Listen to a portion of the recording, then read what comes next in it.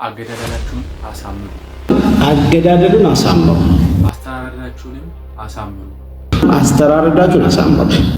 በመዝሙር ሰበብ እርቃን ጥቁር ነጠብጣብ በገላችን የድሮ መናፍቅና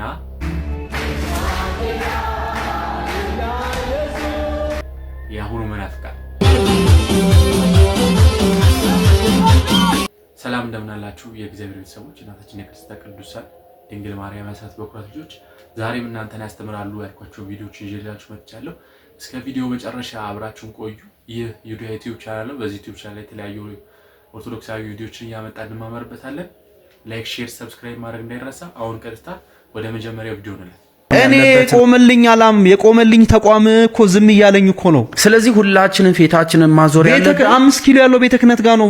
እሱ ነው መጀመሪያ ችግራችን ሊናገር የሚገባው። በደላችንን መናገር ያለበት እሱ ነው። አሁን እኮ እሱ ዝም ስላለ እኮ ኦርቶዶክሳውያን እኮ በራሳቸው እኮ ዓለም አቀፍ ጥሪ ያቀረቡት እኮ እሱ ቤተክርስቲያኒቷ ዝም ስላለች እኮ ነው። ቤተክርስቲያኒቷ ዝም ስላለች እኮ ነው። ያኔ የህገወጥ ሹመት የተቋቋመ ጊዜ ቤተ ክህነቱ ድረሱልኝ እንዲሁኑልኝ ብሎ ስለጨወ ሁሉም ኦርቶዶክሳውያን ከሀገር እስከ ሀገር ድረስ ጥቁር ልበሱ ተባለን፣ ጥቁር ለበስን። ገባ አይደል? ግለሰቦች አይደሉም ያን ነገር የጠሩት፣ በትክክል ከቤተ ክህነቱ የወረደ ነገር ነው። አሁንም ነው ምልክ እንዲህ የሚገደሉ ኦርቶዶክሳውያንን እንዲህ በየቦታው የሚፈናቀሉ ኦርቶዶክሳውያንን የሚገደሉ ኦርቶዶክሳውያንን ልጆቼ እየሞቱ ነው አትግደሉን ብሎ ከፊት ለፊት መቆም ያለበት መጀመሪያ ቤተ ክህነቱ ነው። እሱ ዝምታን ከመረጠ እኮ ምንድነው ብለን እንድታስብ ያደርጋል። ዝምታን ስለመረጠ እኮ ነው። አባቶች እኮ ስለረሱን እኮ ነው በየሚዲያው ወተን እኮ አሁን እኮ የምንጮህ እኮ አሁን እኮ የምንለፈልፈው እኮ ሁሉም ኦርቶዶክሳዊ ይሄንን ቻሌንጅ ጀምሮ የሚጮህ እኮ ቤተ ክህነት ያለው ተቋም እኮ ዝም ስላለ እኮ ነው። አዳም እንደው ምን ያህል አሁንም ተጨማሪ እንዲነሳ የምፈልገው በጣም ብዙ መምህራን አሏት ቤተክርስቲያን። በጣም ፊገር የሆኑ ፊት ለፊት የወጡ በጣም የሚደመጡ ዘማሪያኖች አሉ። እነሱስ በክርስቲያን ሞት ለምንድነው ድምጽ የማይሆኑን የሚለው ጥያቄም አንደኛው ትልቁ ሶሻል ሚዲያ ላይ እየተነሳ ያለው ስቲል እንደውም አሁን የሚቀጥለው እርምጃ የሚሆነው የሁሉንም ፎቶ በመለጠፍ እነዚህ ለክርስቲያን ድምጽ መሆን አልቻሉም፣ ስለዚህ ለአገልግሎት ብቻ ይመጣሉ እንጂ የክርስቲያን ሞት ጉዳያቸው አይደለም ወደሚል እንደዚህ አይነት ፕሮግራም ውስጥ ኦልሞስት ሊዘለል ነው፣ ሊገባ ነው። ቅድም ልክ እንዳለው አሁን ህዝቡ የሚጮህለትን አጥቷል። ከላይ አሉልን ድምጽ ይሆኑልናል የሚለውን ሰው በማጣቱ ህዝቡ የራሱን እርምጃ እየወሰደ ነው፣ እስከ መጥላት ድረስ፣ እስከ ማግለል ድረስ። ከዛ ወዲያ ደግሞ ኦኬ ያልጮኸው ሰው የኛ ህመሙ ስላልሆነው ማለት ነው። ለምንድን ነው የማይጮሁት? ትክክል ነው። እንግዲህ ብዙ ዘማሪያን ከዚች ቤተክርስቲያን ይበላሉ። ብዙ ዘማሪያን፣ ብዙ ሰባኪያን ከዚች ቤተክርስቲያን ቤታቸውን ይሰራሉ። ግን እስካሁን ድረስ አንድ ዘማሪ፣ አንድ ሰባኪ ወጥቶ እንደዚህ ስለ ኦርቶዶክሳዊ ግድያ አንድ ነገር የጻፈ የለምና ብቻ ይከብዳል። ትዝ ይላችኋል።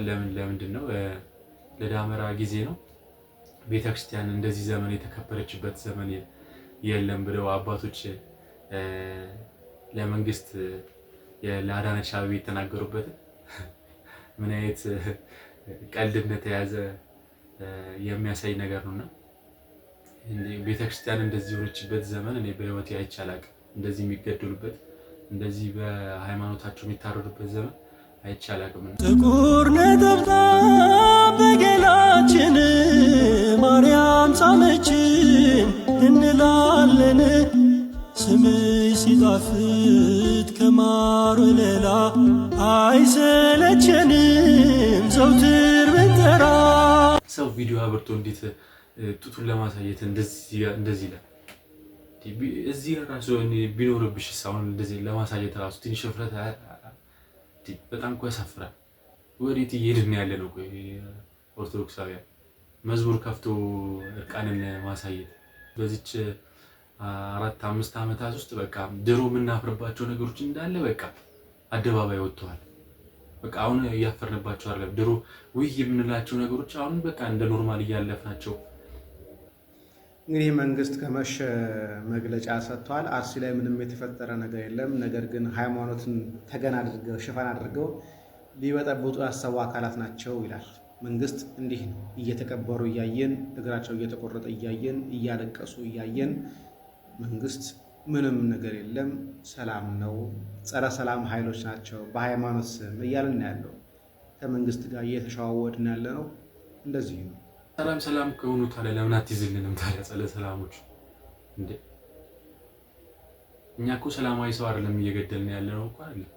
እነሱንም ቢሆኑ መያዝ አለባቸው። እኛ እኮ በቃ ሰላማዊ ሰው እየገደለን ሳይሆን ጸረ ሰላም የሆኑትን ያዙልን። በሃይማኖታችን አንገደል ነው ያለው እዚህ። አገዳደሉን አሳመው ጂሃድ ላይ አገኘው አንድ ካፊር የዛኔ ትገለዋል። ስትገለው ግን ካፊር ቢሆንም አገዳደሉን አሳመር፣ አስተራረዳችሁን አሳመር። እንዴት ነው አስተራረድን ማሳመር ሲባል ወልዩሂድ አሐደኩም ሸፍረተሁ ወል አንድ ሰው ቢላውን በደንብ አድርጎ ይሳለው። በዛ ነው መሳል አለበት። ሌሎቹ በየመስጊዶቻቸው እንዴት ክርስቲያንን ማረድ እንዳለባቸው ኮርስና ትምህርት ይወስዳሉ። የኛ ሰባኪና ምዕመን መድረክ ላይ ቆመው ቁጭ ብሎ ምን ይሰብካል? ቤተክርስቲያን አጠፋም፣ ኢትዮጵያ የእመቤታችን የአስራት ሀገር ናት፣ አትወድምም አጠፋም ብሎ ይሰብካል። ኢትዮጵያ ከሌሎች ሀገራት በምን ትለያለች? ማጠፋበት ምክንያትስ ምንድነው? ቱርክ የቅዱስ ቆስጠንጢኖስ ሀገር፣ ጉባኤ ኒቄያ የተካሄደባት ያች ታላቅ የክርስቲያኖች ሀገር ዛሬ አንድ ክርስቲያን ለምንድነው የማይገኝባት? ሶሪያ የነ ቅዱስ ኤፍሬም ሀገር ለምንድነው ዛሬ ጠፋችሁ? እነ ኢራቅ የብዙ ቅዱሳን መፍለቂያ ለምንድነው የጠፋችሁ? እንደ ዛሬ ኢትዮጵያ አንጠፋን በማለት ተስፋ እያደረጉ ነው እንዳልነበሩ የሆኑት። ስለዚህ ከሌሎች ሀገር ኢትዮጵያ እንድትለይበት ምክንያት የለም። ሌሎቹ እንደጠፉት፣ ሌሎቹ አንቀላፍተው እንደተወጉትና ታሪኩ ነው እንደቀሩት አገራችን ኢትዮጵያ ላይም ክርስቲያኖች ነበሩ መባሉ አይቀርም። በዚህ አካሄዳችን ከቀጠለ የትናንትናው ዝምታችን ለዛሬው መታረዳችን መንስኤ ሆኗል። የዛሬው ዝምታችን ደግሞ ለነገ መታረዳችን መንስኤ ነው የሚሆነው። ስለዚህ አንድ ክርስቲያን ማወቅ ያለበት ነገር ቢኖር አንድ ሰው ተነስቶ ሀገርን፣ ቤተክርስቲያንን፣ ትውፊትህን፣ ባህልህን ሊያወድም የመጣ ጠላት ካለ እሱን ገጥመ ማሳደድና ማጥፋት ነው እንጂ አንጠፋም እያሉ እየተወጉ እየታረዱ መኖር ክርስትና አይደለም። አንተ ሰው ላይ ግፍ አትፈጽም። አንተ በሰው ድንበር አትግባ። አንተ ኃጢአት አትስራ። አንተ መጀመሪያ ግፈኛ አትሁን እንጂ አንተ ላይ ግፍን ሊሰራ የመጣ ቤተክርስቲያንን ሊያጠፋ እናት አባትህን ሊያርድ ሀገር ኢትዮጵያን ሊያወድምና ታሪክን እንዳልነበር ሊያደርግ የመጣን ጠላት እሱ በመጣበት መንገድ ነው መመለስ ያለብህ። እንዲሁም በመጽሐፈ ሳሙኤል ቀዳማዊ ላይ እንደተጻፈው ፍልስጤማውያን ተነስተው እስራኤላውያንን ሊወሩ ቢሉ ጎልያድም ተነስቶ በእግዚአብሔር ሕዝብ ላይ አፉን ቢያላቅና እግዚአብሔርን ቢሳደብ ቅዱስ ዳዊት ይሄንን ሽሙጥና ስድብ ሰማ። በዚያንም ጊዜ እግዚአብሔርንና የእግዚአብሔርን ሕዝቦች የሚሳደበውን ጎልያድን ሂዶ ገጠመው። በጠጠር ግንባሩን ብሎ ጣለው። ከዛም በኋላ በእጁ ሰይፍ አልነበረ። ጎልያድ ሰይፍ ታጥቆ ነበር የመጣው። የጎልያድን ሰይፍ አነሳና የጎልያድን አንገቱን ቆርጦ ጣለው። በዚያንም ጊዜ ቅዱስ ዳዊት ከኔናው ከወገኖቼ ላይ ስድብን አራኩ ብሎ ተናገረ። ሕዝብን፣ ሀገርን፣ ቤተሰብን ሊያወድም የመጣን ጠላት ሳትደርስበት የደረሰብን ጠላት ካለ መግደል ኃጢአት አይደለም። ቀኝን ሲመታ ግራን ስጥ የሚባልበት ቦታ አለው። ጠላትን ወደን የሚባልበት ቦታ አለው። እንዲሁ እንደ ዛሬዎቹ ግራኛ ይመር ተነስቶ ቤተክርስቲያንን 15 ዓመት ሙሉ ሲያወድማት በዚያን ጊዜ የነበረው ንጉሥ ተነስቶ ሸሸ። ብዙ ሰዎች ታረዱ። ብዙ አብያተ ክርስቲያናት፣ ብዙ ገዳማት ወደሙ። በዚያንም ጊዜ መፍትሄውን ያወቀው ልጁ ገላውዲዮስ ተነሳ ሰይፉን ይዞ። ግራኛ ይመር ሰይፍ ይዞ እንደመጣ ሁሉ ገላውዲዮስም ሰይፉን ይዞ ተነሳ። ግራኛ ይመርን አሳዶ አንገቱን በጥሶ ጣለው። በዚያንም ጊዜ የኢትዮጵያን ሰላሟን የቤተክርስቲያንን አንድነቷን መለሰ። እግዚአብሔርን ባረከው። እኛም ሁሌ ወር በገባ ባይሰበት ቅዱስ ገላውዲዮስ እያልን እናዘክሯለን፣ እናከብረዋለን። ለምን ካልን ቤተክርስቲያኑን ያወደመውን ሀገሩን ያጠፋውን ግራኛ ይመርን አንገቱን በጥሶ ስለጣለው። ስለዚህ ለቤተክርስቲያን ለሀገር የምትከፍለው ዋጋ ኃጢአት ተብሎ አይቆጠርም። በእነዚህ ቅዱሳን ታሪክ ላይ እንደምንመለከተው ስለ ቤተክርስቲያናቸው ስለ ሀገራቸው ብሎ የከፈሉት ዋጋ በእግዚአብሔር ዘንድ በረከትን፣ ጸጋን፣ ክብርን አሰጣቸው እንጂ ኃጢአት ተብሎ አልተቆጠረባቸውም። ስለዚህ መግደል ኃጢአት የሚሆነው ለራስ ፍላጎትና ለግል ጥቅም ብለህ የምታደርገው ነገር እንጂ ለሀገርና ለቤተክርስቲያን ብለህ የምትዋጋውና የምትጋደለው ተጋድሎ ኃጢአት አይባልም፣ ጽድቅ እንጂ። እንዲሁም ከእግዚአብሔር ዘንድ በረከትን ያሰጣል። ማን በረከት እንደተቀበለ ከተባለ ብዙ ቅዱሳኖች እነ አፄ ካሌብ፣ እነ ቅዱስ ገላውዲዮስ፣ እነ ቅዱስ መርቆሪዎስ፣ እነ ቅዱስ ጊዮርጊስ ጠላቶቻቸውን ድል ስለነሱ ከእግዚአብሔር ዘንድ በረከትን ተቀብለዋል። እና ለምንድነው ሰማዕት የሆኑት ሲባል በግላቸው ስለመጣባቸው ነው። ተዋግተው በግላቸው ሲመጣባቸው እኛውን ደግሞ እስካሁን ተዋግተናል ለእግዚአብሔር ደግሞ ብለን ሰማዕትነትን እንቀበል ብለው ነው ሰማዕትነትን የተቀበሉት እንጂ እነ ቅዱስ ጊዮርጊስ ሞተዋልና እነ ቅድስት አርሴማ ታርደዋልና ብለ እኛም እንታደድና ሀገራችን፣ ባህላችን፣ ቤተክርስቲያናችን ትጥፋ ብለን ዝም አንልም። ሰማዕት የምንሆንበት ጊዜ አለ። ተዋግተን ሀገራችንን ነጻ፣ ቤተክርስቲያናችንን ሰላም የምናደርግበት ጊዜም አለ። ተዋግተን እንኳን ብንሞት ለምሳሌ ቅዱስ ሶምሶንን እናንሳውና ጠላቶቹ ተሰብስበውበት ያለውን አምድ ቤቱን ነቅንቆ አፈረሰው። በዚያንም ጊዜ እሱ ሞተ፣ ብዙ ህዝቦችም አብረውት ሞቱ። ቅዱስ ሶምሶን በሕይወት ከገደለው ይልቅ በሞቱ የገደለው በዛ ብለው አባቶቻችን ይመሰክሩለታል፣ ያመጉሱታል። ቅዱስ ሶምሶን ጠላቶቹን ገሎ ስለሞተ ኃጢአት አልሆነበትም፣ ጽድቅ ሆኖ ተቆጠረለት እንጂ። እንዲሁም ጌታችን በሱ ተመሰለ። ጌታችን አጋንንትን በሕይወተ ሥጋ ካጠፋቸው ይልቅ በሞቱ አጋንንትን መቅጣቱን በዚህ ምሳሌ አድርገን እናነሳለን። ስለዚህ ሀገርን፣ ቤተክርስቲያንን፣ ቤተሰብን ሊያጠፋ የመጣውን ጠላት ብትገድለው ጽድቅ እንጂ ኃጢአት ተብሎ አይቆጠርብህ። ይሄንንም በእርግጠኝነት ከአባቶቻችን ታሪክ ተረድተናል፣ ተምረናል። ይቆየን። እንደዚህ አይነት አባባል አለ ደግሞ ኢትዮጵያ አጠፋም፣ ኢትዮጵያ የቃል ኪዳን ሀገር ናት። እውነትሽን ነው? እውነታችሁን ነው? እንዴት ነው የማጠፋው? እንዴት ነው ሃይማኖታችን የማይጠፋው? ሂዶ ቱርክ እኮ እናውቃታለን። አሁን ስንት ሙስሊም እንዴት እንደበዛባት እንደዛ የኦርቶዶክስ ሀገር የነበረች ለዛ ቤተክርስቲያኗ እኮ አሁን ወደ መስጊድ ተቀይረው ምናምን እኮ ነው ያሉት። በደንብ አድርገህ ነው የምትጠፋው። ጠላትን እንደአመጣጡ ካልመለስ በደንብ አድርገህ ትጠፋለህ። ግን ምን ዋጋ አለው? እኛ ጠላትን ለመከላከል መሪ ያስፈልገናል። ከላይ ደግሞ የተቀመጡት ምንድነው የሚባለው? ቄሱን ዝም መጽሐፉን ዝም ማለት መሪ ስላጣ አንተ ዝም በል። ሶሻል ሚዲያ ላይ ብቻ የኛ ነገር ወሬ ብቻ ሆኗል።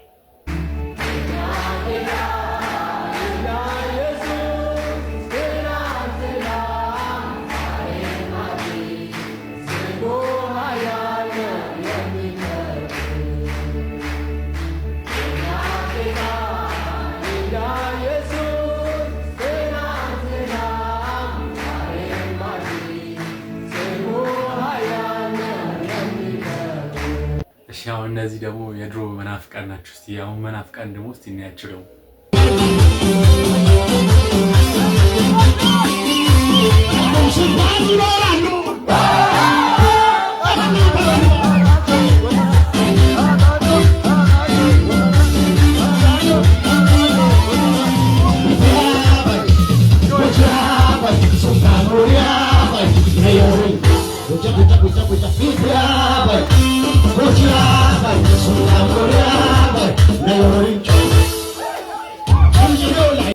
የአሁኑ መናፍቃን ደግሞ እንደነዚህ አይነቶች ናቸው። የአሁኑ መናፍቃን የድሮዎቹ ከመቀመጫቸው ራሱ አይነሱ ነበር። የአሁኑ ደግሞ ካልቆሙ አይሆንላቸውም ኢየሱስን ለማምለክ። ከቤተ ክርስቲያኖች ከሃይማኖት ተቋማት ብር ይወስዳል። 200 ሚሊዮን ብር ነው አሁን በቀደም የጸደቀው ለመከላከያው ድጋፍ እንዲደረግ በኢትዮጵያ ኦርቶዶክስ ቤተክርስቲያን 500 ሚሊዮን ነበር የተጠየቀው። 200 ሚሊዮን ብር ሰጡ። 200 ሚሊዮን ብር ክርስቲያኖችን አርሲ ላይ የሚገድል አገዛዝ 200 ሚሊዮን ብር ደግሞ እንዲሰጠው የምዕመናን ከድሃው ከአማራ አርሶ አደር የሚሰበሰበው ገንዘብ ዞሮ ዞሮ ለመከላከያ ተሰጥቶ አማራውን ይወጋበታል፣ ዘር ያጠፋበታል፣ ክርስቲያንን ያፈናቅልበታል፣ ቤተክርስቲያንን ያቃጥልበታል፣ ሚሊሻ ይቀጥርበታል፣ ጦርነት ያካሂድበታል። እንደዚህ አይነት ስርዓት እንደዚህ አይነት አገዛዝ ነው የተፈጠረው። እንግዲህ እቺ ናት ቤተክርስቲያን። ስንት የፈረሱ ቤተክርስቲያን፣ ስንት የፈረሱ አድባራት፣ ስንት የተቸገሩ ኦርቶዶክሳውያን እያለ መልሶ ለራሳችን ለሚገለን ደግሞ 200 ሚሊዮን ብር ይገርም። በኦርቶዶክስ እምነት ነበርኩኝና ቸርች መሄዳለሁ፣ ግን መታመን እምቢ ብዬ ማለት ነው ለጌታ። በቃ በኦርቶዶክስ እምነት ነው የምመላለሰውና ለ6 ጊዜ ነው ልጄ ያየ። የትኛው ልጅሽ? እሱ? አዎ። እሺ። እና በትልቅ እስራት ውስጥ ነው ያለ ነው።